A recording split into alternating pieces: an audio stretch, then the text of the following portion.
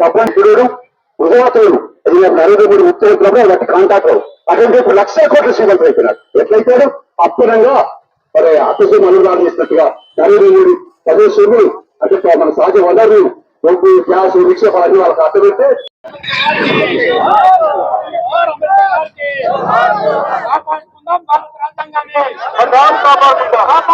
భారత రాజ్యాంగాన్ని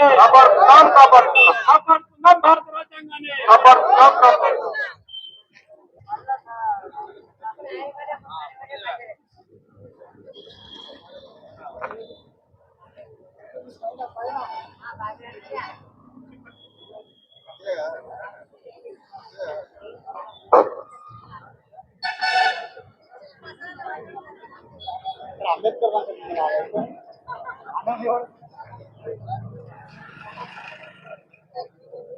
ఆదరణ పత్రిక విలేకరులు ప్రజలందరికీ పేరు పేరున సిపిఐ జిల్లా సమితి వైపున ప్రత్యేక ధన్యవాదాలు తెలుస్తూ నరేంద్ర మోడీ ప్రభుత్వం మేము అధికారంలోకి వస్తే మీకు చేతగాని ప్రభుత్వం యూపీఏ ప్రభుత్వం మన్మోహన్ సింగ్ ప్రభుత్వం 100 రోజులలో నిత్యావసర వస్తువుల ధరలు ఆకాశాన్ని అందుతున్నాయి. 100 రోజుల్లో తప్పకుండా దించుదాం, ప్రజలకందరికీ అందుబాటులో ఉంటామని చెప్పిన మాట నీటి మూటలేనా? నిరుద్యోగులకు ఉద్యోగ అవకాశాలు లేవు, సంవత్సరానికి 2 కోట్ల ఉద్యోగాలు ఇస్తామని చెప్పిళ్ళు. ఎక్కడి పోయింది మీ కోట్ల ఉద్యోగాలు? ఉన్న ఉద్యోగాలు కోల్పోతా ఉన్నారు, ఉన్న ఉద్యోగాలు పీక్తా ఉన్నారు, ప్రభుత్వ రంగ సంస్థలు కొల్లగొడతా ఉన్నారు, నిర్వీర్యం చేస్తా ఉన్నారు. ఇవన్నీ మీద చెరువుటిల్లి సెప్టెంబర్ 1వ తేదీ నాడు జరగబోతా ఉంది. దానిలో ఈ ప్రాజెక్టు నిన్న నుంచి ఆగస్టు 11వ తేదీ నాడు ముగిస్తా ఉంది. జిల్లాలో పట్టణాల మండలాల్లో గ్రామాల్లో పట్టణాల్లో ఈ కొనసాగుతా ఉంది. ఈ కార్యక్రమాన్ని విజయవంతం కొరకు మీ అందరూ సహకరించవలసిగా పాలసభలు కావాల్సిగా కోరుతా పూస్తాం. ఉద్యోగ పద్ధతి లేదు అంటే ఇలా అయ్యాని ధ్వంసం కాల్పుతానే పద్ధతుల్లో ఇదే గండంగా వాళ్ళ జీవితాలు గడపాల్సిందే. అలాంటి దుస్థితులు ఇవాళ ఈ దేశం పరిమాణం సాగుతూ ఉన్నాయి. డాక్టర్ బిఆర్ అంబేద్కర్ రాజ్యాంగంలో ఏం పొందుకొచ్చారు పాఠ్యకర్తలు ఆయన ఇప్పుడే మన అంబేద్కర్ గారికి కులమాలేసి ఇవాళ అర్పించాం. ఆయన ఏం చెప్పాడు? ఈ దేశం డబ్బు ఉన్న సంపద దేశమే, కానీ డబ్బు కొద్ది మంది చేతిలోనే అందరికి అందాలా, అందరికి చెందాలా, ప్రతి వాడికి కూడు గుడ్డ విద్య వైద్య సౌకర్యాలు కల్పించాలని రాజ్యాంగంలో ప్రాథమిక సూచనలో వయసు పీటికలు పెట్టాడు, ప్రాథమిక హక్కులు కల్పించాడు. ఇలా అందరికీ ఓటు హక్కు ఇచ్చారు, ఆయన చేయబట్టి ఇచ్చారు. ఇలా లేకపోతే ఆ ఓటు హక్కు తీసేవాళ్ళు చెప్పలేదు. రాజ్యాంగంలో తప్పకటి చేశారు. ఏమైంది ఇవాళ?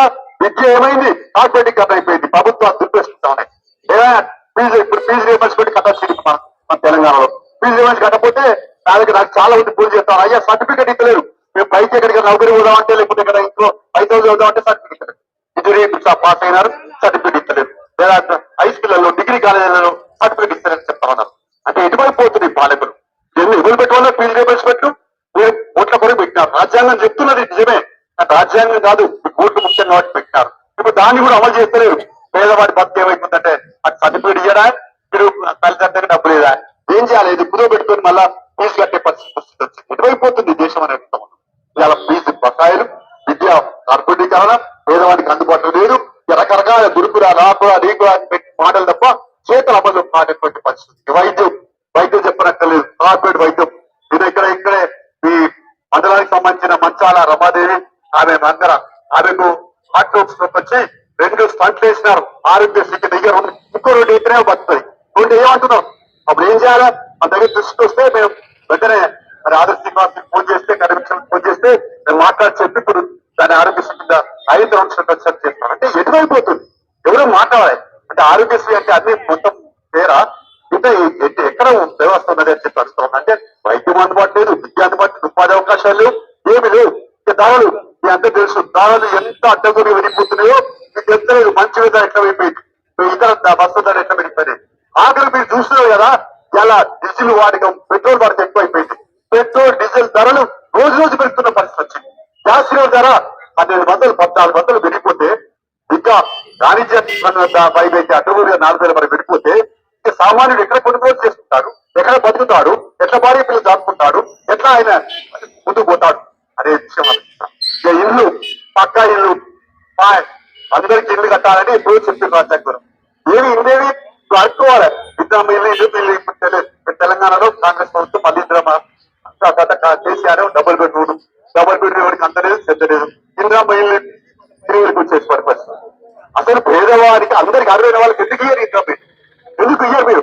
ఈ డబ్బులు 1,00,00,000 రూపాయలు తిరిగిన అయితేనేవా? మీరు అన్ని మూకోణాలు చేతలేరా?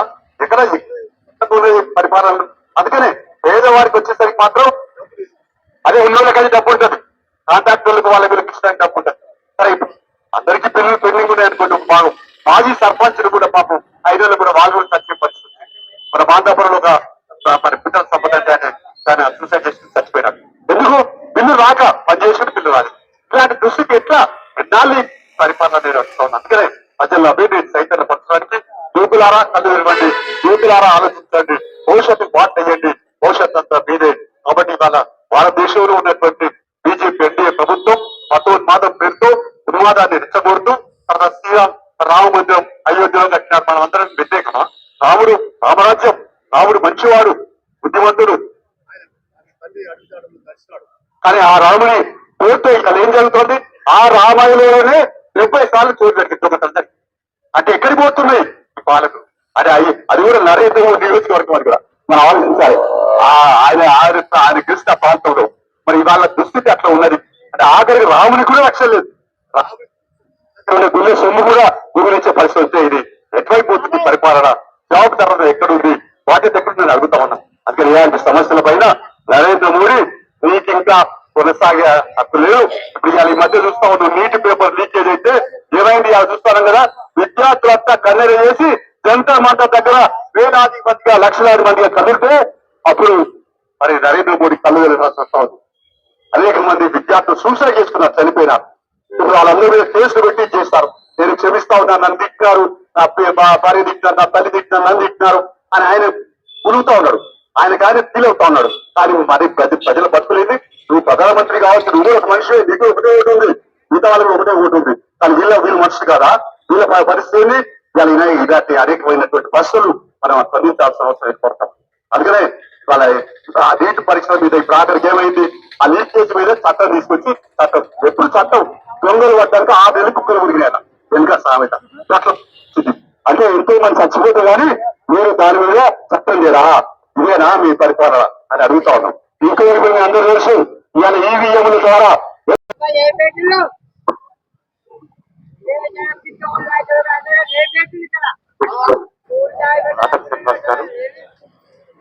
జిల్లా పార్టీ కార్యదర్శి కృష్ణపతి గారు, అలాగే రాష్ట్ర కార్యవర్గ సభ్యులు జిల్లా పార్టీ కార్యదర్శి సహాయ కార్యదర్శులు, మండల కార్యదర్శి పుత్తూరురావు పెద్దరారా, సోదరులారా, సోదరి బండారా, మీ అందరికీ జాతర సందర్భంగా రూపరకమైన అభినందనలు తెలియపరుస్తూ ప్రధానంగా ఈ జాతర ఉద్దేశం ఎందుకు జాతర నిర్వహించబడుతుందని ప్రజలు వివరించడానికి మేము ముందుకు వచ్చాం. ఇప్పుడు జాతీయ సమితి పిలుపు మేరకు ఆగస్టు 6 నుంచి 14 వరకు దేశవ్యాప్తంగా ఈ ప్రచార యాత్ర సాగుతాం, ఈ పాదయాత్ర సాగుతాం. దీని ఉద్దేశం ఏంటంటే 39 ఏళ్ళు అయింది మనం స్వాతంత్రం వచ్చి, ఇప్పటికీ ఇంకా పేదవాడు నిరుపేదగా కొనసాగుతా ఉన్నాడు. పేదరికం పెరిగిపోతుంది. అలాగే ఈనాడు పాలకులు మారుతా ఉన్నారు. 2 గంటలు పెట్టా రద్దు పెట్టిస్తున్నాయి. అధికారం వచ్చేదాకా అరచేతులు సత్తు చేస్తారు.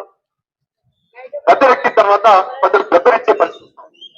అందుకనే గత 12 సంవత్సరాలు అయిపోయింది. ఒక బీసీ వాలా, ఛాయ వాలా, రైల్వే స్టేషన్ లో వచ్చినటువంటి నరేంద్ర మోడీ ఇచ్చిన హామీలు ఏమన్నా అమలైనాయి? ఒక్కదాన్ని అమలైందా? సంవత్సరం 2 కోట్ల ఉద్యోగాలు బాయ్ ఇలా వచ్చిన నీళ్ళ 10 ఇలా పూర్తయిపోయి. అలాగే నల్లడబ్బు ప్రదేశాలు దాచుకున్నారు. మరి ఆ డబ్బు తీసుకొచ్చి ప్రతి కుటుంబానికి 10 లక్షలు ఇస్తానే అవి వాటి మాటలైపోయి ఇంకా ఏమి ఇక్కడ మిగిలింది? మన దేశం వ్యవసాయ దేశం. ఇప్పుడు అంత నాట్ల సీజన్, ఇప్పుడు పళ్ళ సీజన్, వర్షాలు కొద్దిగా ఈ మధ్య పడ్డాయి కాబట్టి పల్లెల్లో ఉన్నారు. మరి వ్యవసాయం కూడా ఏమైపోయిందంటే 3 సాగునీటి చట్టాలు తెచ్చి ఇది కూడా కార్పొరేట్ పరం చేయడానికి, ఈ భూములన్నీ కూడా కార్పొరేట్ కట్టబెట్టడానికి ఒక కుట్ల ప్రయత్నం చేశారు నరేంద్ర మోడీ గారు.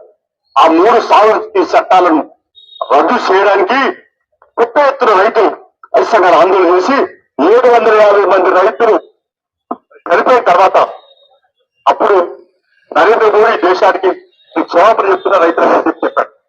అంతేకాకుండా నేను అసలు రైతులకు ఇప్పటికీ మద్దతు చట్టం లేదు, సపోర్ట్ ప్రైస్ లేదు.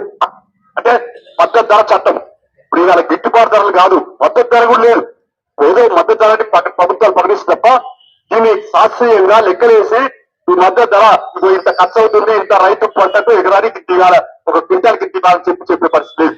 అందుకనే సపోర్ట్ ప్రైస్ ఇస్తారు. ఆయన హామీ ఇచ్చి నరేంద్ర మోడీ హామీ నిలబెట్టుకోలేదు. అంటే ఎక్కడ పోతుందని అర్థం. ఇంకోవైపున కార్మికులు, మీ అందరూ తెలుసు ఇవాళ కార్మికులు అంటే రమాది కార్మికులు, రిక్షా కార్మికులు, లేకుంటే ఆటో కార్మికులు, లేకుంటే మరి కంపెనీలో పనిచేసేటువంటి కార్మికులు అందరికీ కూడా అనేక సంవత్సరాలుగా పోరాటాలు చేసి 29 చట్టాలు సాధించుకుంటే వాటన్నిటి రద్దు చేశారు నరేంద్ర మోడీ. ఎవరిచ్చారు అధికారం? చేతిలో అధికారం ఉంది కాబట్టి రద్దు చేశారు. దాన్ని రద్దు చేసి 4 కోట్లకి విభజించి సమ్మె హక్కు లేదు, అంటే అడిగే హక్కు లేదు. జర్నలిస్టులు కూడా ఏమైనా ప్రశ్న వేసి రాస్తే వాళ్ళ మీద కూడా కేసు పెట్టేటువంటి దర్పాకిన పరిస్థితి చూస్తా ఉన్నారు. అంటే ప్రశ్నించే గొంతుకలు నొక్కేసే పరిస్థితి చేస్తా ఉన్నారు. మా అందరూ కూడా తెలుసు. ఇప్పటికే అనేక మంది ప్రశ్నించే గొంతుకలు వరారాలటువంటి వాళ్ళను ప్రశ్నించినందుకు ఊరేగా పుట్ట కేసు పెట్టి జైల్లో పెడితే ఆయన బాంబేలో ఉన్నాడు. ఆయన హైదరాబాద్ రారాదు, వరంగల్ రారాదు, ఎక్కడికి రారాదు, అక్కడే ఊరు ఆదరించుకుంటుండాలి. అంటే అటువంటి పుట్ట కేసు పెట్టి ఇది ప్రజాస్వామ్యమా, ఇప్పుడు ఇంకా రాజద్రోహమా, రాజుల పరిపాలన చెప్పి అడుగుతా ఉన్నాం.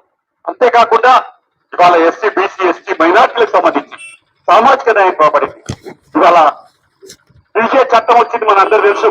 జాతీయ గ్రామీణ ఉపాధి చట్టం, మహాత్మా గాంధీ జాతీయ దాన్ని రద్దు చేసేసి డీప్జీ రామ్జీ అని మన చట్టం తెచ్చి దాని కింద 60% కేంద్రం ఇస్తుంది, 40% రాష్ట్రానికి. ఇప్పటిదాకా కేంద్రం 90% ఇచ్చింది, 10% రాష్ట్రానికి. అసలు డబ్బంతా ఇప్పుడు రాష్ట్రాలలో వసూలయ్యేటువంటి ఇప్పుడు మన మున్సిపల్ వ్యాపారం ఉన్నాయి, ఇక్కడ జిఎస్టీ కడుతున్నారు వీళ్ళందరూ. ఈ డబ్బంతా కూడా వీళ్ళు తెలియకుండానే ఖజానా పోతుంది. ఈ డబ్బంతా కేంద్రానికి పోతుంది, రాష్ట్రానికి ఉంటుంది. కేంద్రం ఓటు మళ్ళా రాష్ట్రానికి పంపాలి. అంటే వాళ్ళకి అనుకూలమైన రాష్ట్రానికి ఎక్కువ ఉంటారు, మరి ప్రతిపక్షాలు ఉన్న కాడ తక్కువ.